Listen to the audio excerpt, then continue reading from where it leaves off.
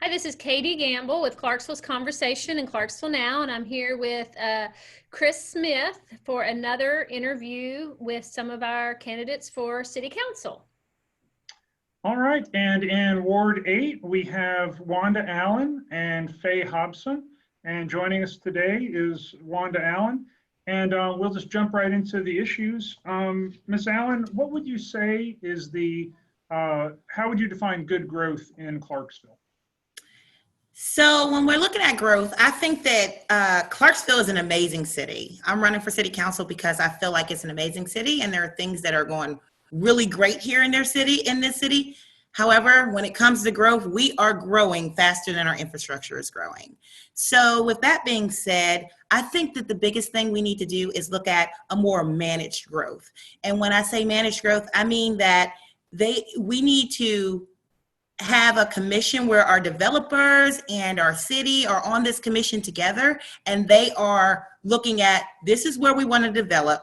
And then the city is saying, okay, let's look at this 10 to 15 years out. And I know we have this growth plan that just was revamped in 2019, but I think that we need to look at that and say, instead of looking at what we can do right now to plan our roads and to plan our growth and to plan our businesses and things like that, we can look at, okay, what is our city going to need in order to build these 300 more houses we're going to rebuild, or build these new apartment complexes and things like that.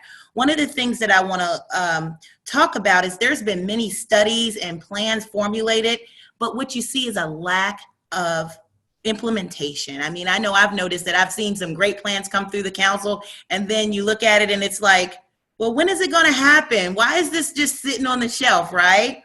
So that's an example of where we're spending money to have all these assessments done and all these studies done to grow our city, but our city is still not growing. When I say growing, I'm talking about our infrastructure, not our development, because since I've been here 18 years, and Clarksville looks like a very different city. So I know we're growing. Another thing that I think that we can do with our growth is there's a lot of blue collar jobs here in Clarksville. There's a whole lot. But what we lack is white collar jobs. So we have a big university right here that educates our kids, and we're not recruiting these white collar agencies in to employ our kids. So guess what our kids do? They go somewhere else and they actually work in another city, when that education and those innovative ideas should be right back here in our cities. So I think we're missing an opportunity as we're growing to really recruit our kids getting out of college. So that's what I have to say about growth.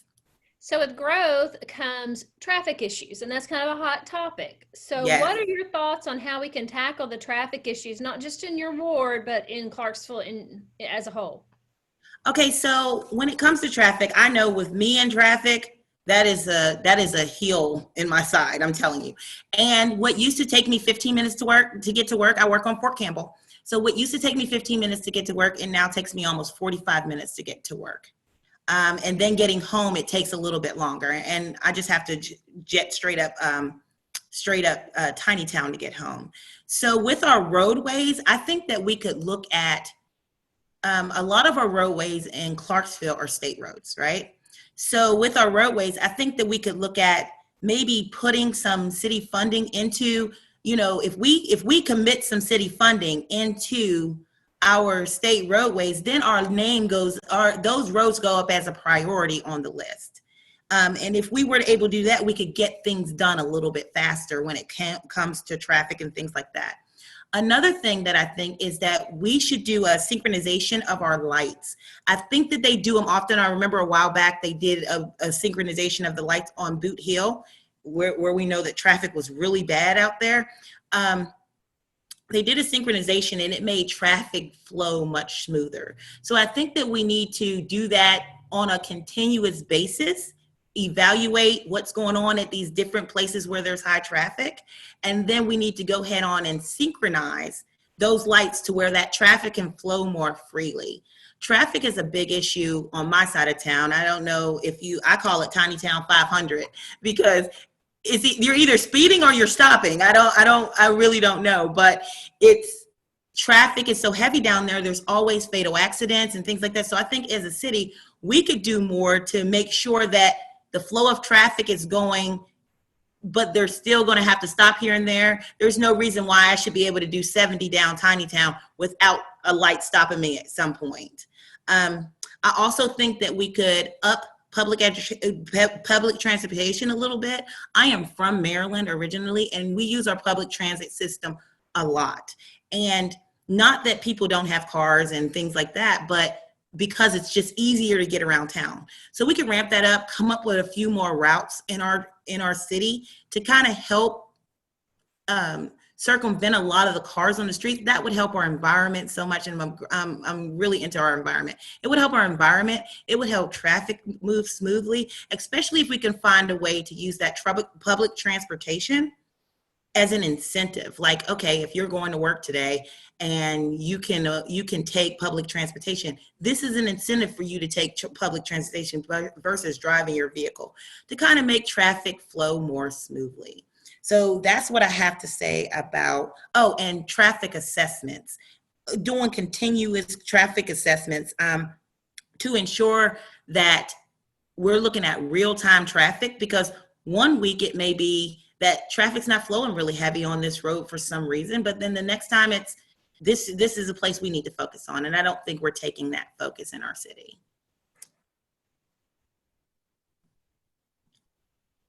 Are you asking a question, or am I? I guess I'll do it. That's so Ms. Allen, can you talk to us about crime? What do you think should be done to address some of our crime situations in Clarksville? Okay, so when I looked up our crime rates here in Clarksville, I did notice that our violent crimes are higher, and I'm not going to say higher like by number, but per people in our city versus nationwide. I'm sorry about that. Versus nationwide. So with that being said, what I do every day is I'm a social worker. So I work with people that have had domestic violence incidents, child abuse, these different type of violent crimes. And I think that we need to bring awareness to that. Domestic violence and child abuse is something that we don't talk about a lot when it comes to crime. However, our violent crime rates have gone up, especially since COVID-19 has started. So for the last 5 months, our numbers have been increasing here in Clarksville.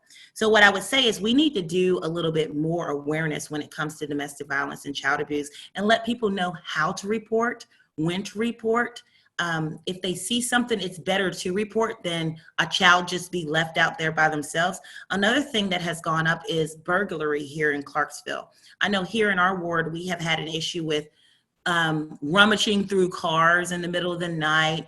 I think that we need to do something to prevent that. And when I say prevent that, that is a personal responsibility. A lot of times it's an opportunist. They see a car unlocked, they rummage through the car. That's how weapons get on the street, because we leave our weapons in our car so often, and things like that. And then that weapon can be used to commit a bigger crime.